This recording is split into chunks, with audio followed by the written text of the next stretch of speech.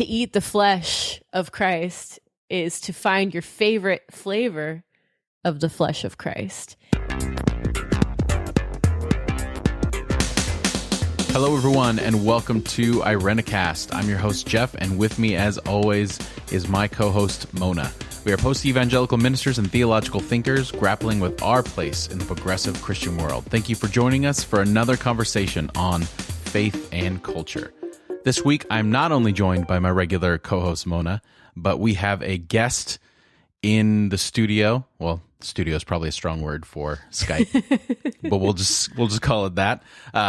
And this might get a little confusing, but our guest today is Jeff. Jeff, welcome to the podcast. Thanks. It's been fun to be here so far. I'm surrounded by Jeffs. Yeah, so we need we talked a little bit off air about Jeff 1 and Jeff 2, but I don't know. I have a moral problem with assigning numbers to people, don't you? No, not really, because I just think of it as Dr. Seuss, thing 1 and thing 2. Jeff 1 and Jeff 2. You guys are going to have to get into trouble now. Well, post-evangelical, I think, already starts us in trouble. Yeah, absolutely. Wait, Very so true. do you consider yourself post-evangelical? So the thing that I came up with, the acronym is called PrEP. It's a progressively reforming evangelical Presbyterian. Nice. Presbyterians freaking love acronyms. It's more along the lines of it just pisses off everybody on all sides because I'm both progressive and evangelical, otherwise known as liberal and conservative, and reforming because I'm always changing, which means I'm always moving towards something that upsets someone. And I'm still Presbyterian, so I do all of those things to upset people decently and in order. Wow. That's a perfect fit for Irenicast. That's exactly what we tend to be about. Upsetting people decently and in order. That's about correct. So, Jeff, you have an interesting church model that you are currently a part of or have been a part of. Currently, we're working on it right now in terms of building the structures behind it. Okay, great. So this is kind of along the lines of episode that we had a couple weeks ago where we talked about a different model that Zach from the Farm to Table Church that we talked to a couple weeks ago. We'll put the link to that episode in the show notes. But me personally, I love exploring and discussing different ideas for church and how to revamp the system that we currently have that you might go as far as saying is broken. I would, but at the very least needs some tender love and care. So Jeff, tell us a little bit about kind of your your journey into being prep. Well, I wear a lot of popped collars. So I was born in Philadelphia, and my family has been, for the most part, Presbyterian, I think, all of my life, and even before that. So I grew up in a very structured mainline denomination. When I was younger, we ended up going to what is a PCA church, which is a denomination of the Presbyterians that are very conservative. So I grew up in that kind of structure, and as we moved around the country and into Canada and then back into the States, I got to see essentially what was the same church, just in different places. When I graduated from high school, I became a youth director at a local mission church from the Missouri Synod Lutherans with a great model that said, we're a mission church. We've never done anything before, so no one can say we've never done it that way before, or that's not how we do it. So it pretty much gave us free rein to try anything. And I think that's kind of where this idea really started to fulminate. The rest of it in terms of where I went from there is I graduated from college in New Orleans, worked as a youth pastor in New Orleans for about 8 years. And then my church told me that I was being let go and handed me my application to seminary at the same time, and then handed me 3 applications of people who were going to be replacing me and said, you'll be training one of these for the next 6 months. Enjoy your time in school. They weren't firing me as much as they were just saying, it's time for you to take the next step. So then I went to seminary in San Francisco, which is where I actually met Mona while she was living on the West Coast. We didn't really like each other that first year. No, we were grumpy. frenemies. Yeah, I was really grumpy that year. My wife and I were living on separate coasts. So I didn't get to see my wife, and Mona was too bubbly. I was bubbly. I was happy. I was excited about life. Yeah, she was a first year. You're always bubbly when you're a first year. And then you realize as the world drags you down in seminary that life doesn't get any better and it's horrible. And oh my gosh, theology and things like that. Existential crises. Yeah, Yes. all over the place. So I think I lost my train of thought at some point that I got into Mona being bubbly. When I went to San Francisco, we lived in Berkeley, and I played rugby since about the time I was 12 years old. Football was too violent. Rugby was just fine. And so I played rugby in Berkeley for a men's team who was essentially an entire team of atheists. Strangely enough, there were two of us on the team that were in seminary at the time. And I was the only one that they actually talked to and made fun of as a pastor. And I think it's because I was smaller than the other guy. And his name was Simi, and he and I were really good friends. We took Hebrew together and some other classes. And after he graduated, I was the only one left. And throughout the years of playing with them, it went from this kind of antagonistic joking style to I actually got to perform a couple weddings for a couple of the team players. I did counseling for one of our coaches when his father died. So a team that was incredibly antagonistic, just somewhat jokingly and somewhat seriously toward religion at all. When I started, obviously that whole idea changed in our relationship over time. So that kind of got me thinking about keeping on the relational model of church and that it doesn't have to happen in a building. While I was in school, another guy named Cameron and I, we like to drink and relax out on the back porch of the house that he lived in on campus. And we started brewing beer together. We had both brewed beer before on our own in other places, and we started making it together, and I started coming up with recipes, and then we'd get together and we'd brew beer, and it started attracting more people from the seminary, and so people would actually come and sit with us and hang out and drink and help us with the brewing process. No one ever wanted to help clean up the brewing part or come for the bottling, but they were really there for the boiling and then the drinking. So, obviously, there were some opportunists, but I can't blame them because I don't really like the cleaning part either. And in our larger brewing model that I'll get to in a few minutes, we won't be making bottles because I hate bottles. I think all of this time of hand washing bottles from home brewing has ruined my desire to do that. So you want to, or in the process of starting a church based around brewing? Yes, sort of. So the church itself, the ministry right now exists within a bar here in Boston, and hopefully a second one in Cambridge in the fall. And so I get together and I go to this bar on Thursday nights, and I open up the conversation to whoever wants to come and join. And we have a conversation about life, God, community, and beer is our tagline. And really, it's about meeting people in a place that isn't church. Realizing that the church has so much baggage when it comes down to the word itself and also the building and the ideas that people have in their mind right away when you say church or religion. The common phrase is I'm spiritual but not religious. And I love that phrase because I think most of the people who say that phrase are actually the opposite. Most of them tend to have this more religious aspect to their life, and it's not as much spiritual. And I find it really intriguing.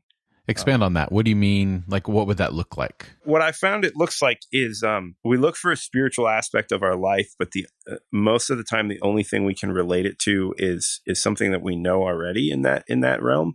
And something that we know already in that realm a lot of times happens to be a church model of some kind, so a religious model. So there are the opportunities to be spiritual when it comes to communing with nature and to being and to a realization of self and a realization of self in reflection of something bigger. But a lot of times when you meet people and you talk with them about being spiritual and not religious, it really is, I like my spirituality. I don't like you telling me what it should be. And that's what they think religion is. And that's not what religion is. And so when you start to talk to them a little bit, you realize that there's a lot of things about religion that they are okay with. It's more along the lines of what you hear from, pastors who are screaming at you about being the enemy at large conventions. That's what people take away as being religion and Christianity, and that's not what it is. And so the people that I try and talk with are people that are coming pretty much from that space. It's a completely open conversation. So I come with a topic or an idea of a topic, or if something happens in the week that I think is important to talk about, whether it's cultural or like in the news that day. Sometimes there's theological questions that I'll come up with. I really, unfortunately for the people who show up, like Tillich and Calvin. So I have a lot of questions on depravity and what we can do with our lives if we can't do anything good. I try and keep them a lot more upbeat than that, but every once in a while, it's just nice to be like, so what is it like to feel like crap all the time? Do you find that there is do you find that you have a kind of a main demographic? Like, who are the people that seem to be attracted so far to this model and this thing that you're doing? So far, the people who've been attracted are actually some of the church people. Not that I don't want them there, which I can't stress enough that that's not the way I feel. It just is kind of funny that you go searching to work with people who are not in the church and church people find you. So like there have been some people who I've met through other things that have come and things like that. I have some friends in ministries here in Boston with the different colleges that have reached out to some of their students and student friends, and we've set it up so that they know that this is a safe place and it's a bar. So obviously you're not going to get preached at, because I'm pretty sure the bar owners and I would be very upset if that's what I started doing. And our agreement is based on the fact that I'm not preaching at somebody. Interesting. So the bars are aware that you're doing it. Yeah. Okay. Yeah. I feel like that's kind of important. It's very discussion based. You're not giving a sermon. No. Yeah, It's you're having a discussion. conversation. Yeah. Yeah. I mean, it's a lot of. It would almost be Socratic method, except there isn't an actual ending point that I'm trying to get someone to. I'm actually participating in the discussion just as much as they are in terms of trying to figure out where this topic leads us. So are you still connected to the Presbyterian Church? Is this through them, or is this a completely independent endeavor? So I'm still connected to the Presbyterian Church. This is actually an endeavor of their national office called 1001 New Worshiping Communities. And so 4 years ago at their national assembly called General Assembly, they initiated this initiative to start 1001 new worshiping communities in the Presbyterian Church over the next 10 years. And it comes out of the Fresh Expressions movement in the Anglican Church in England. And then also the Disciples of Christ Church also had one. I think theirs was only 1,000 new communities. So obviously, well, you gotta beat them. You gotta have one more. Yeah, I'm pretty sure that's how we chose 1001. Honestly, I really, really think that that's what someone said one day at the meeting. Well, we have to have one more. Oh my goodness! But that's how it happens. So there's the initiative of 1001 new worshiping communities, and essentially it's geared towards setting up non-traditional worship styles. There are a bunch of new worshiping communities that have started through the church. They're looking to become chartered churches. So they've started in a different way, but they very much are seeking toward being a church like we know church. A friend of mine, he started a 1001 new worshiping community in Louisville, where our national office is. So it's like Presbyterian Mecca. But he started a program called Sweaty Sheep. And so they're a running club. And I think their tagline at one point was like a running club with a Jesus problem or something. I think it was great. I actually have one of their singlets for running. And when I run in our half marathons and 10Ks and stuff, I wear it because I like having a big sweaty sheep on the front of my shirt. And I find it quite entertaining. But so my buddy started that, and that's a completely not normal way of doing church. They get together early in the morning and they run and they exercise together, and they exercise their body as a form of worship. They're keeping themselves, they're holding true to the my body is a temple and a reflection of my devotion.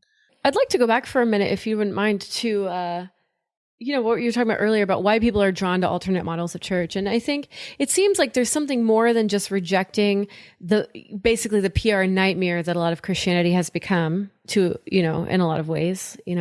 I think, like you're saying, a lot of people associate Christianity with like Westboro Baptists and religion with closed-mindedness or whatever. But I think there's something more that you're touching on, is that people want to do life together and be able to talk about religion and be spiritual together in their daily activities, and not go to maybe some artificial service that's not natural, that's not like any other part of their life. They want to bring religion into their normal lives, like drinking together, running together. Would you say that's probably sounds about right? Yeah, I'd say that's definitely a part of it. I think you've touched on something that's definitely drawing a lot of people in these directions. So for me, it's hard to separate some of the pieces because I am a church person. I like structured church. I feel very strongly about corporate worship. I think that there's something that we miss when we worship on our own. We were created to be together. I mean, otherwise there would have only been need for one person in that, allegorical story at the beginning of the Bible. Why would we have needed someone else? The whole point that the Jewish writers had there is to point out that we're beings that have to be connected to something. And even a lot of the philosophers realized that as you went into Western philosophy and the understanding that the idea of something bigger. And I think that corporate worship is something that's really important in figuring that out. I don't think that corporate worship needs to be something that's done in a church on a Sunday morning. Absolutely not. But I think that doing things together that are those forms, a form of worship, is important for us. The same way that people want to be part of a softball team. You want to do things together with other people. There's a strong draw toward another person or another group of people.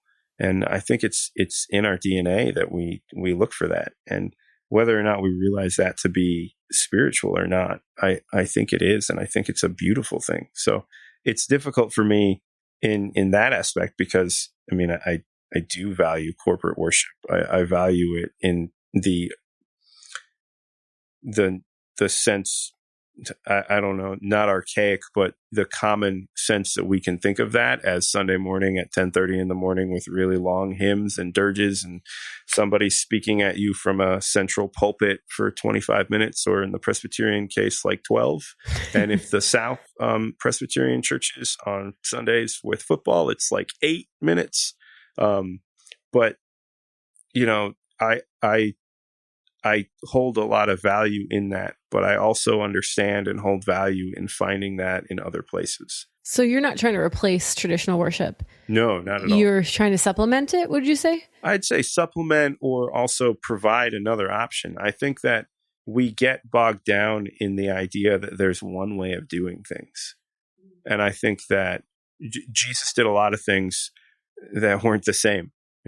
He ate with people and then he taught on a hillside. Then he went and did miracles, but then he sat in a boat and talked. And then he spent time with someone one-on-one, or he spent time with a group of people. Like, he didn't just do one model of ministry. There were tons of different ways of doing ministry in the New Testament.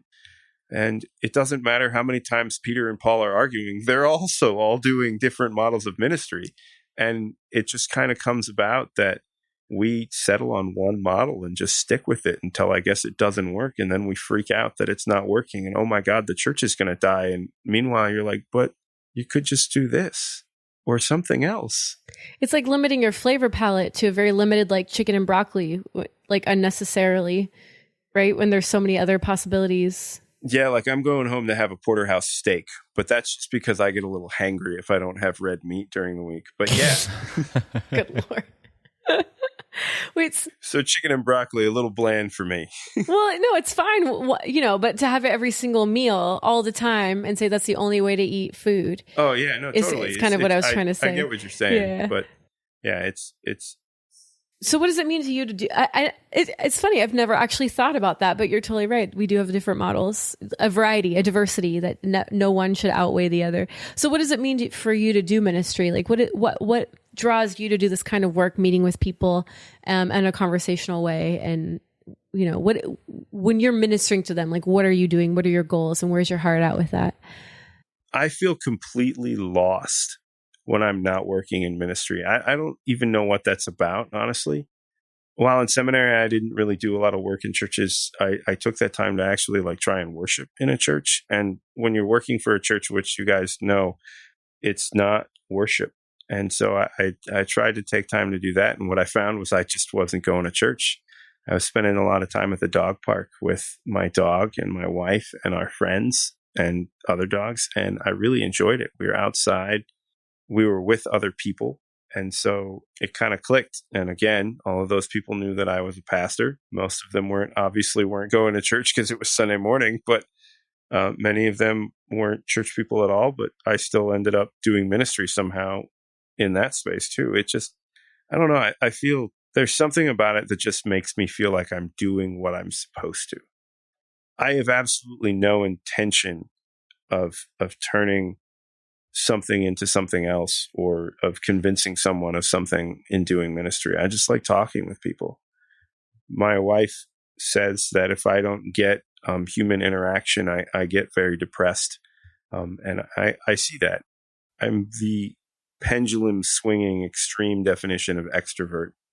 So how do you envision what you're doing now turning into a corporate worship setting, or do you view the conversation base as that form of corporate worship? And then where do you see that moving forward as far as bringing people in and expanding its, I don't want to say reach. I don't want to get into that church growth thing, but really whatever you view growth as, where do you go from where you're at now?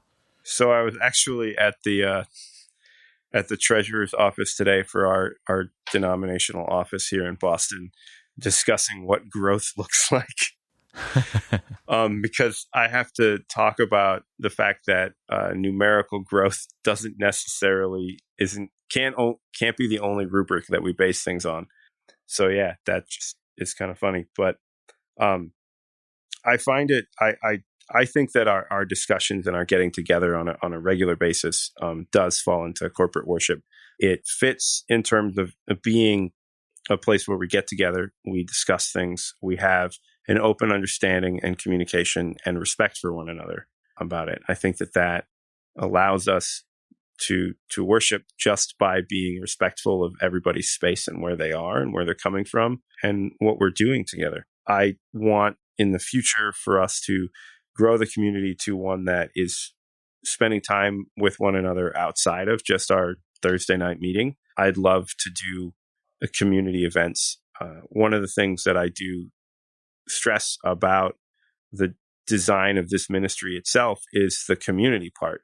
I didn't talk about it earlier, and it's kind of coupled in with the discussions and meeting with people and seeing where they're at and people being spiritual and not religious, or maybe they're religious and not spiritual. But since we're trying to reach out to college and grad students, this idea that in college you go to college for 4 years or maybe 5, or for some of us 9.5, but for most people it's 4 or 5, or grad school. Grad school, honestly, you can do that for 9 years and nobody looks twice.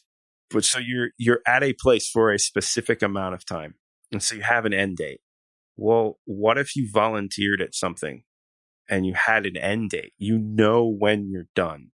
It's not this open-ended, let's go volunteer somewhere and let's just keep doing it until one of us gets so burnt out that we have to leave and we're going to be upset. But so you have this closed parenthetical space of time. And in that, you can try a whole bunch of different things and know that if it doesn't work out, all right, well, it definitely will end at the end of your time in school. It could end before then.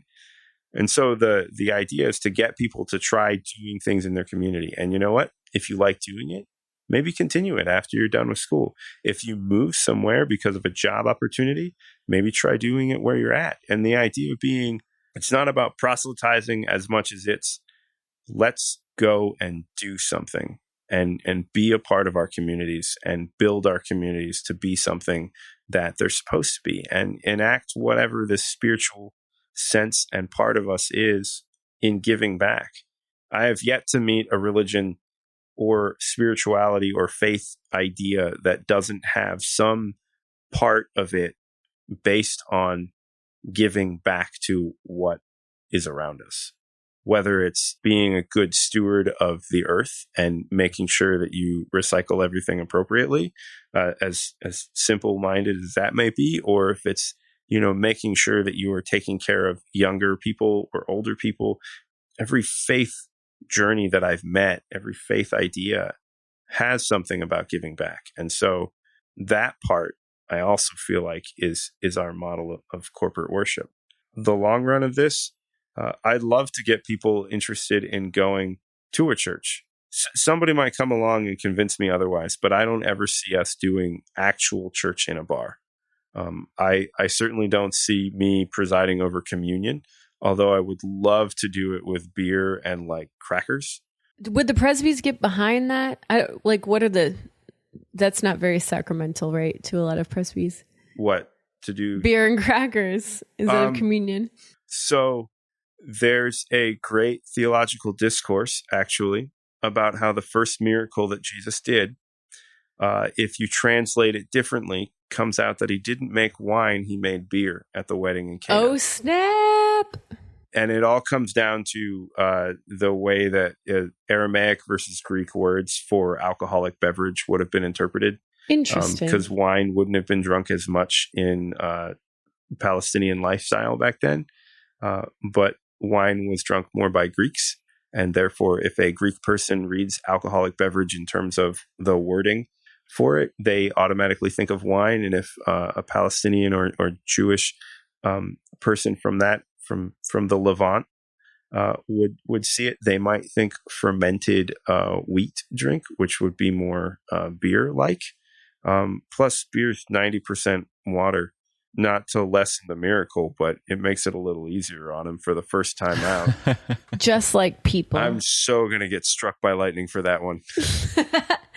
Wait, okay. So speaking of alcohol, this is one of my questions for you. What do you say to people who would be wary of having alcohol so close to the heart of a religious community, and people would have like ethical calls with it, or there's always a certain number of people who can't participate in a community because they have issues with alcohol.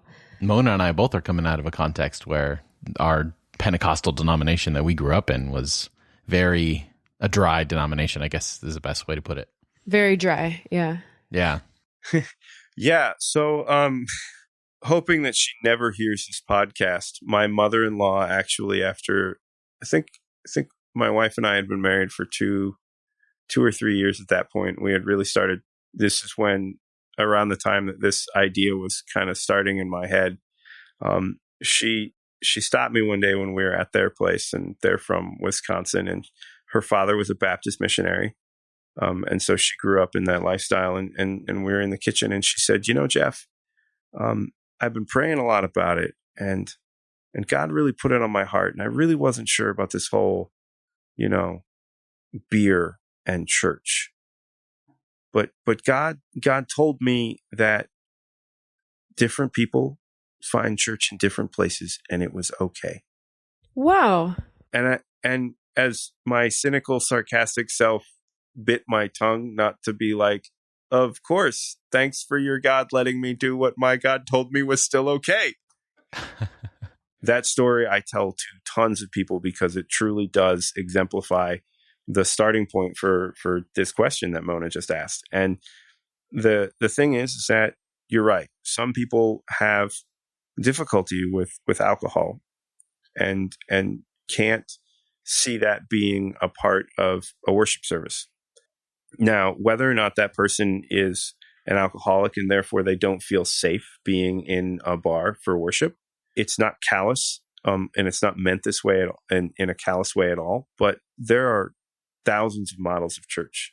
And so this model will work for some people, but a model of church is not meant to be for every single person.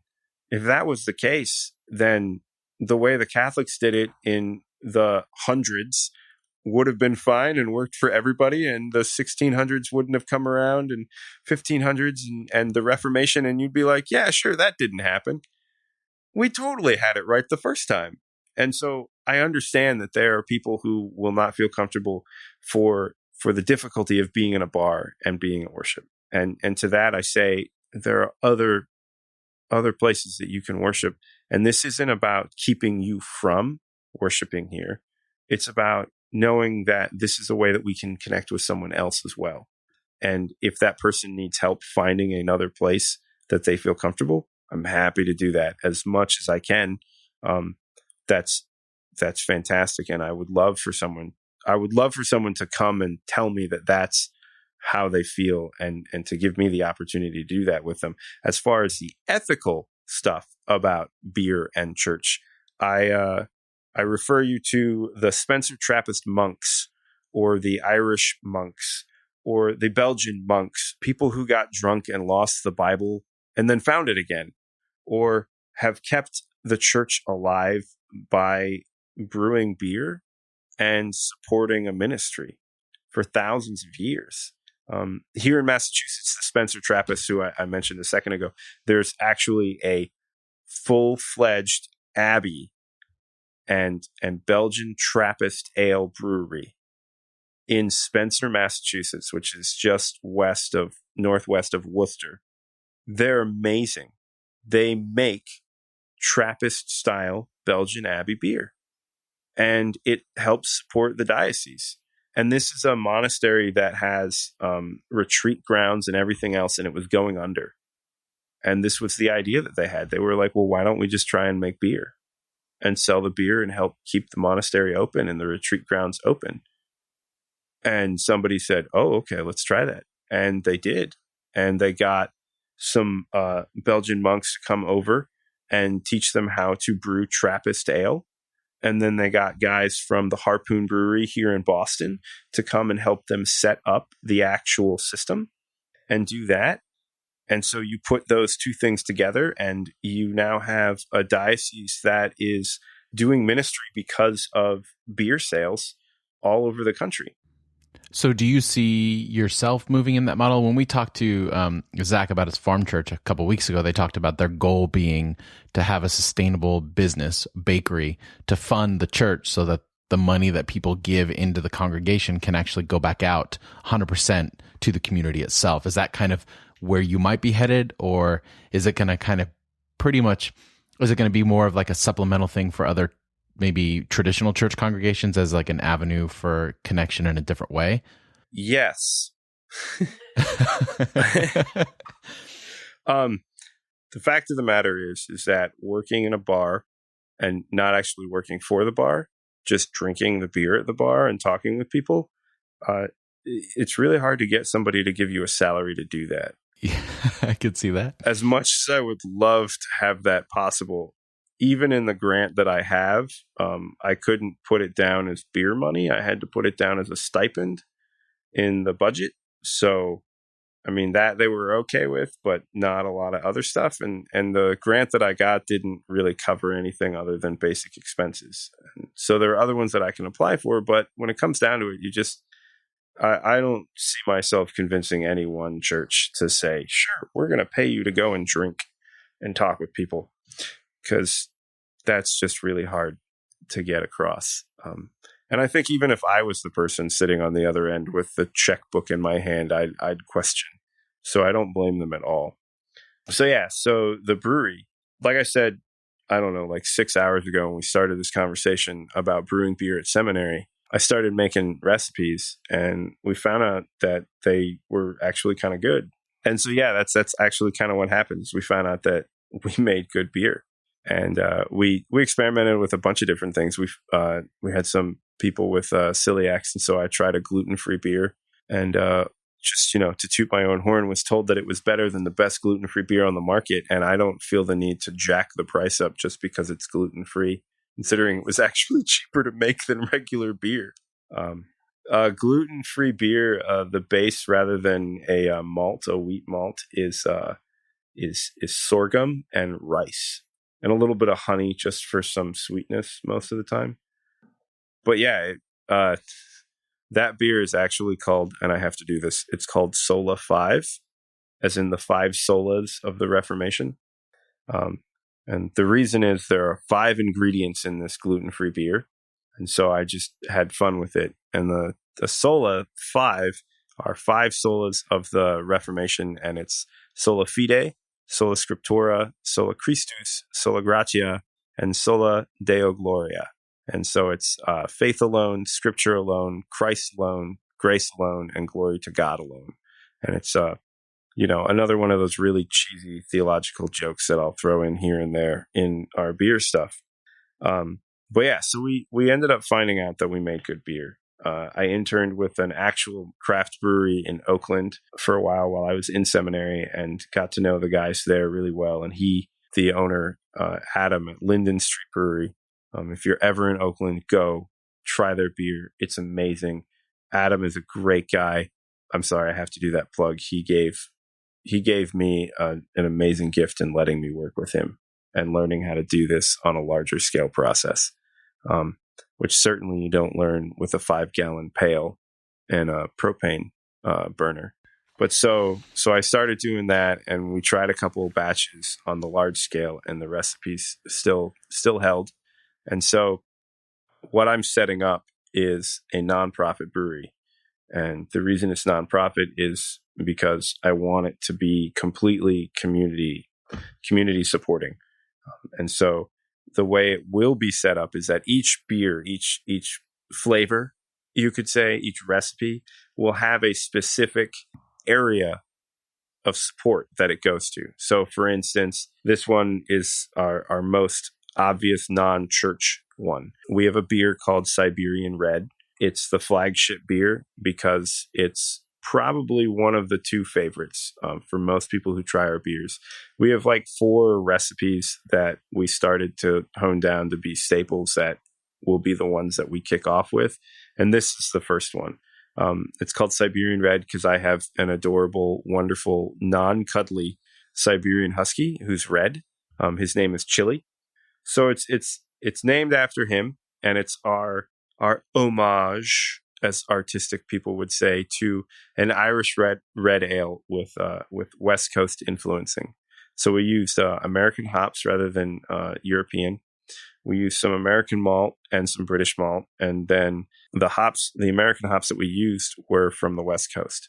And so we tried to balance out color, flavor, and a little bit of kick from West Coast America, just to make it our own. And so it people really liked it.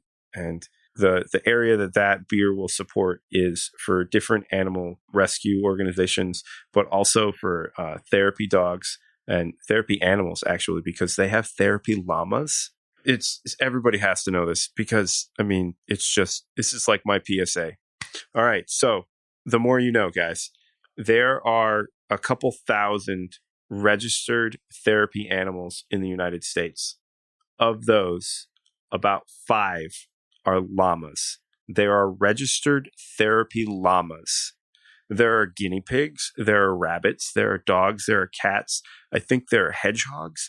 Most of them that are registered are dogs, like the golden retrievers, the labs that help with assist blind people. So there's this thing where you will bring in animals to universities during exams, and you will let students pet the animal. And it's actually a medical journal article has studied this. They've done a bunch of studies about how actually petting an animal lowers your blood pressure instantly. So if you're ever worried you're going to have a heart attack, go find a dog to pet.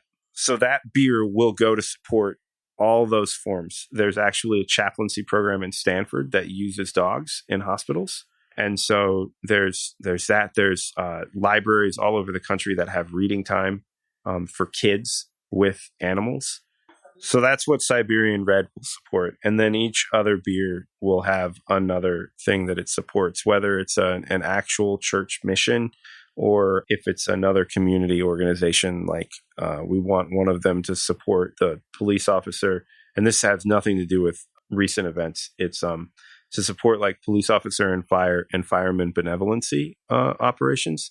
So like during Thanksgiving and Christmas time, when you do the toy drives and the food drives and stuff, we actually have a different way of preparing one of our beers in order to make it special for that instance. And so all of that money will go toward making sure that, the Toys for Tots program and other things get funded as well, and that we invest as much money back into the community as we can. So yes, essentially I do want a sustainable model that helps me get a salary, because as much as my wife says she doesn't mind budgeting only on her salary, and as much as she does an amazing job with our budget, I'm pretty sure she'd really like to pay off the mortgage and the car payment.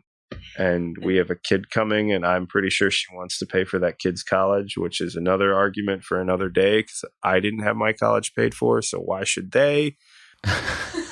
All of that being said, I think she wants me to have a job that actually pays. And I really like making beer, and I really like the idea that you can sell beer to help other things. If you're going to drink for a cause, right? That's right. So yeah, that's the end goal.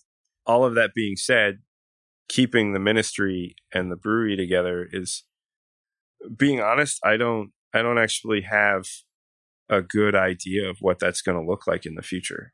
Part of my honesty in saying that is not that I haven't tried to figure out what it's going to look like, but I don't know. I mean, I didn't even know what this was going to look like 3 years ago when we started. So I'm just happy to go along for the ride. And if things work, awesome. And if they don't, well, I guess we'll try something else. Sounds good. It's worth the effort for sure. It sounds like a great way to approach the whole church thing. For anyone listening, is there any way they can find your beer, or are you still kind of in the beginning phases of that? We're in the beginning phases of licensing here in Massachusetts. If they want to find my beer, they can email me and they can come and get some. But no, that's actually probably bad. I don't think I make enough beer for that to get beer for all of your listeners. Hopefully in the next week, we'll be signing a lease on a place here in Boston area, and then hopefully having all of our equipment in place by the end of September. And that will mean that we can have the guys come in to do the inspection for our license in October. I'd really love to have my first beer be made in our small batch brewery by Christmas. Very cool. All right, well, let us know what you think about all this. If you have anything to add to this particular conversation, you can go to irenicast.com/75, and there we'll have links to some of the stuff we talked about, and you can also comment on the conversation itself. And anytime you want to give feedback to the show in general, you can always find all the ways to do that at irenicast.com/feedback. On the other side of the music, Jeff is going to be joining us for a round of Jesus Juke.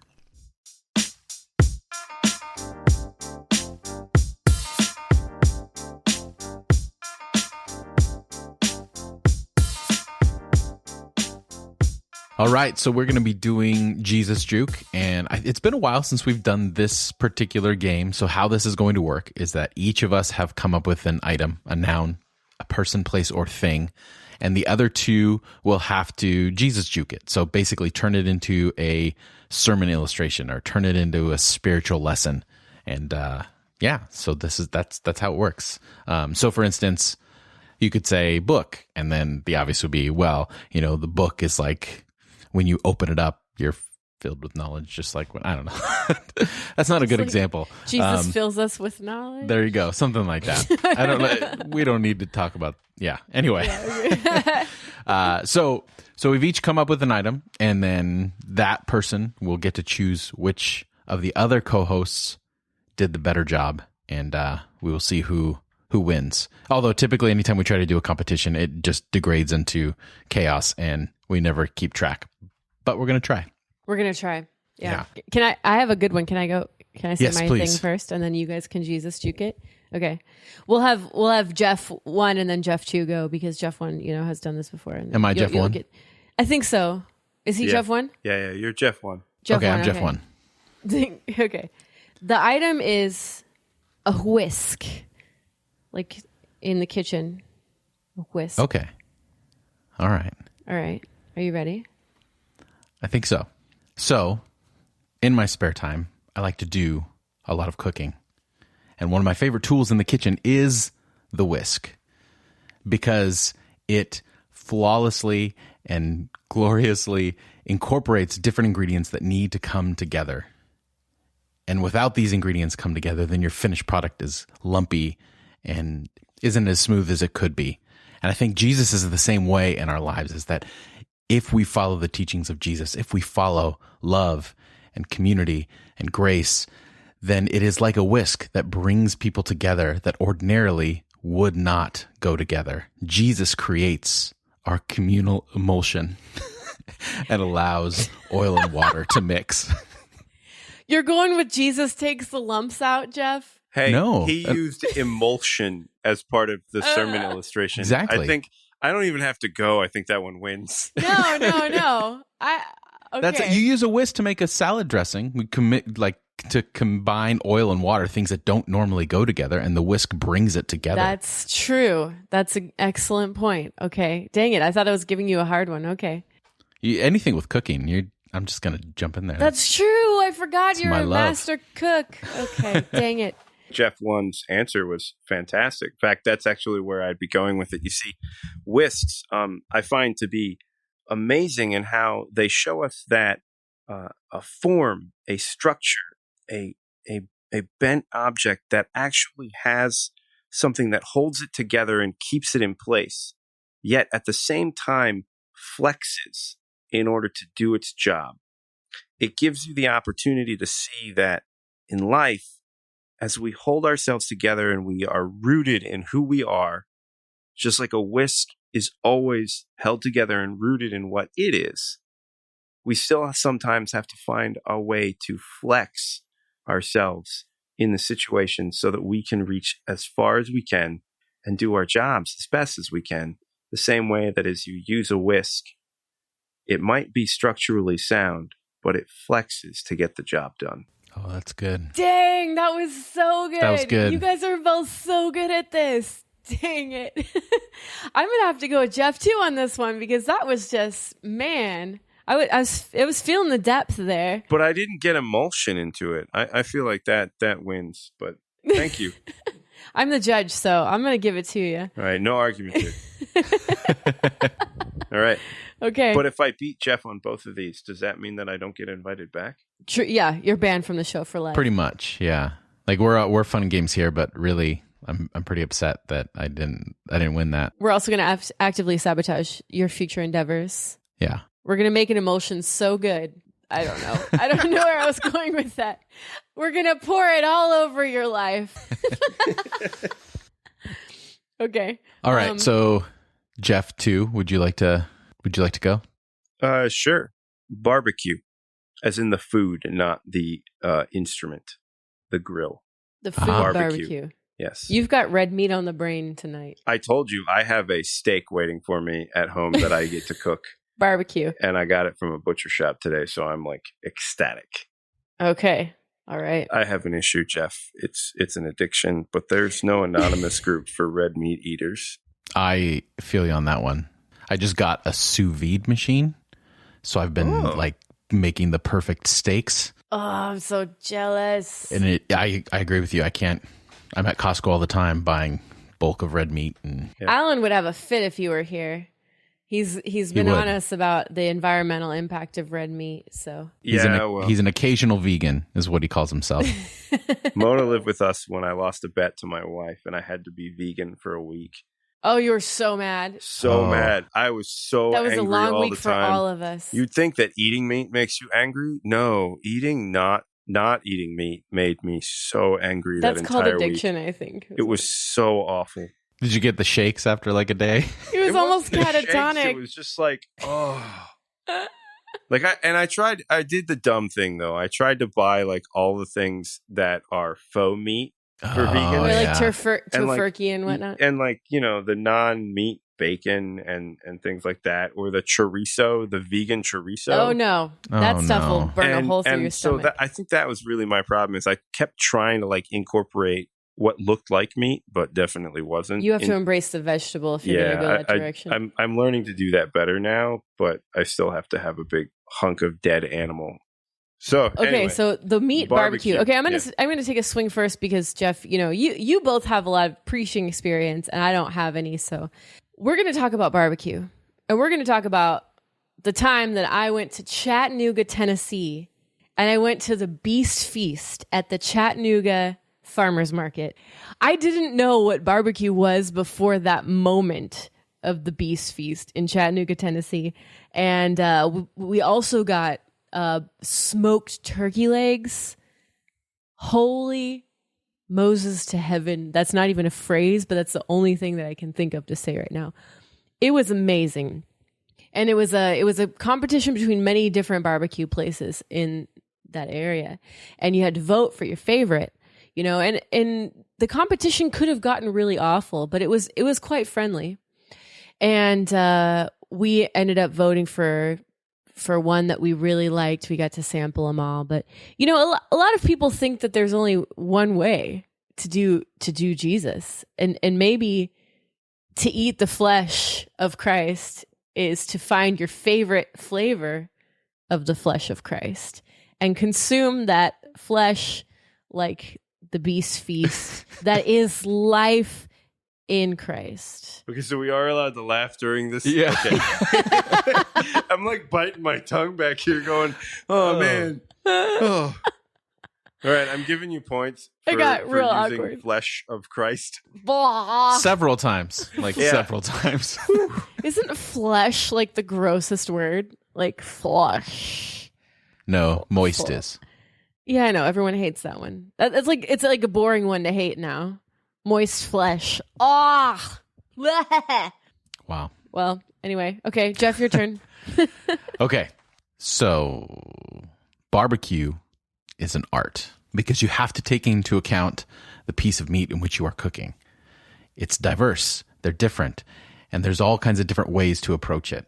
Some needs to be tenderized through low and slow cooking. Others, just a quick sear on the grill to get a nice crust on the outside and then ready to serve almost immediately. And that's how people are, is that sometimes we try to make a formula for how we create a space for people to approach Jesus. But some people need a low and slow approach. Others, they'll get it immediately and can jump right in. Let us take our lesson on how to do church from the barbecue masters and know our meat before we preach to it. What? How do I decide on this one? Flesh of Christ and preaching to meat before you preach to it. Oh man, you gave us a tough one. If everybody wins, is that okay? Sure, yeah, we could call it a tie. I want to get invited back. No, you'll get invited back. You'll get invited. We're not that competitive. I mean, honestly, even if I didn't want to get invited back, that you guys. I feel like you guys did a really good job on what I thought was just going to be difficult. So it was difficult. thanks for hitting the fastball out of the park. Throwing a wrench in it? Yeah, sports ball analogy. Sports ball and games. Sure, Yogi Berra said something about this. All right, so we're calling that a draw. I think so. All right, so the next one's for all the money. No, not really. Because I got like half a point. And you Jeff got a half point. I got a half a point. And Jeff, too, has a full point. You set this up so that you'll win no matter what. Well, we have one more. So I decide. I can be vindictive and say because Jeff 2 beat me, I'm just going to give Mona the point anyway. Oh. But I'm not going to do that. Okay. Because I'm going to take the high road. Jeff's our guest. Yeah. You might give her the point anyway because she might do this better. We'll find out. True. Yes. Okay, so my item is a tripod. Really? A tripod? I mean, we could just go the easy way with 3 legs to stand on. You see, a tripod is a great illustration for how we build something that holds up. You have 3 legs of a tripod, and you have community, you have prayer, and you have practice. And if you put those 3 things together, then you will always have a solid foundation. And so as we look toward doing this life together, we look toward being a community, 1 leg. We look toward praying together as a community, the 2nd leg. We look toward practicing together as a community, the 3rd leg. And once we do those 3 things, once we are those 3 things, we will continue to do the work of Christ in this world together on solid foundation. Dang it, that was so good. Nice. I thought you were going to go full Trinity on it. I thought so that's too. what I thought too. I mean, I really looked at it and I went, you know what? Let's do Trinity. And then I went, wait, no, I know this one. This is actually an example that we've used before in youth ministry about like trying to explain why a three-legged table is a good table. Oh, you've already done this one. Okay. Yeah, but it was a table and not a tripod, but whatever. Three legs. Yeah. I guess that's kind of cheating though, huh? No, it's fine. You're drawing from all of your This is all about experience, drawing Absolutely. from it. Yeah. Okay, well, I'm going to take a little bit different direction. Sometimes in life, you might feel like a tripod, meaning like you're not the exciting, sexy part of the gear. The camera, it's like, ooh, the camera, show off your camera. What can your camera do?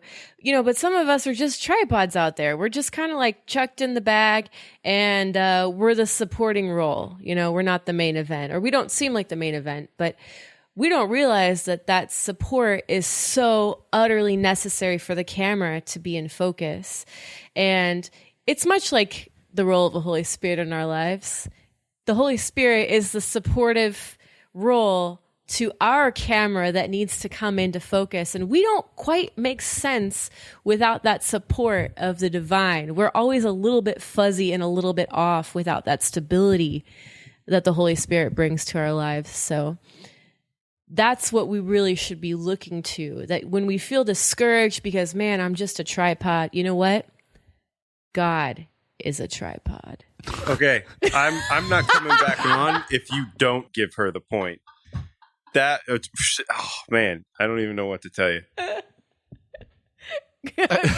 God.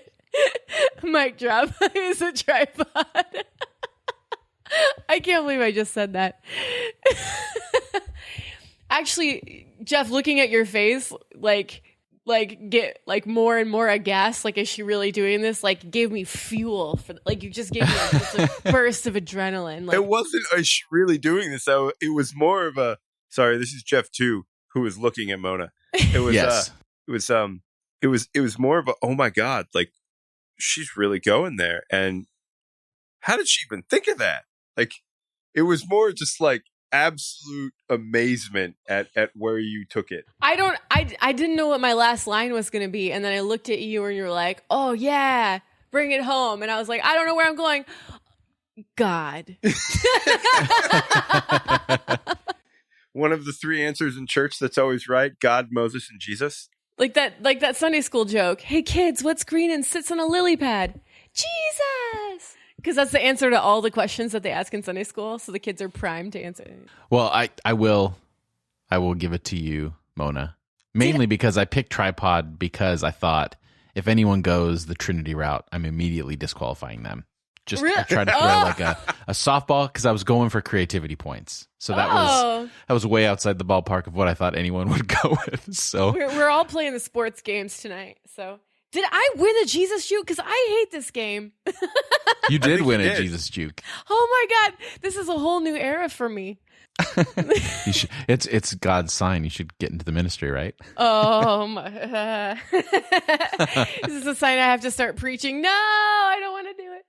This is my Nineveh. No, just make 5 good talks and go on the road with it. I've thought about being a motivational speaker. I could do that. I would do that. Don't debase yourself to a motivational speaker. I could like get in people's lives, and bring out the best in them. Give me money. I'll write a book. You can do it. Every page. You got We this. did create a cult a couple weeks ago. We did. Yeah. Really? So See, I'm about I think 10 episodes behind at this point, so I apologize. No, you must be sorry. Hey, next time you come on though, we should work on the cult with you because we started the foundation of it. It needs some development though. We do. Jeff is the money guy and I'm the figurehead. This is why it reminded him of that. Yes. So. Gotcha. You can brew our beer for us. Hey, I'm okay with that. People, apparently that's the only reason why people keep me around anymore. Yes. we will, for our gatherings, need a sacramental drink, and we can make it beer. We can make it your exclusive beer. Like, so it's the only like revealed, divinely blessed beer that we recognize as a cult. Yes. Yeah. All right. Well, Jeff, thank you so much for joining us this week. We really enjoyed having you on, and thanks for indulging us in a game of Jesus Juke. Yeah. which problem. I won, suckers! I'm gonna be gloating about this for a while. I'm just letting you both know that. All right. Okay. You do that. I'm pretty excited. All right, well, that'll do it for us this week. If you enjoy what you hear and you want to support Irenicast, you can go to irenicast.com/support for the many ways to show love to the show. So for this week, I'm Jeff. I'm Mona. And I'm Jeff number 2. Thanks for joining the conversation. Bye.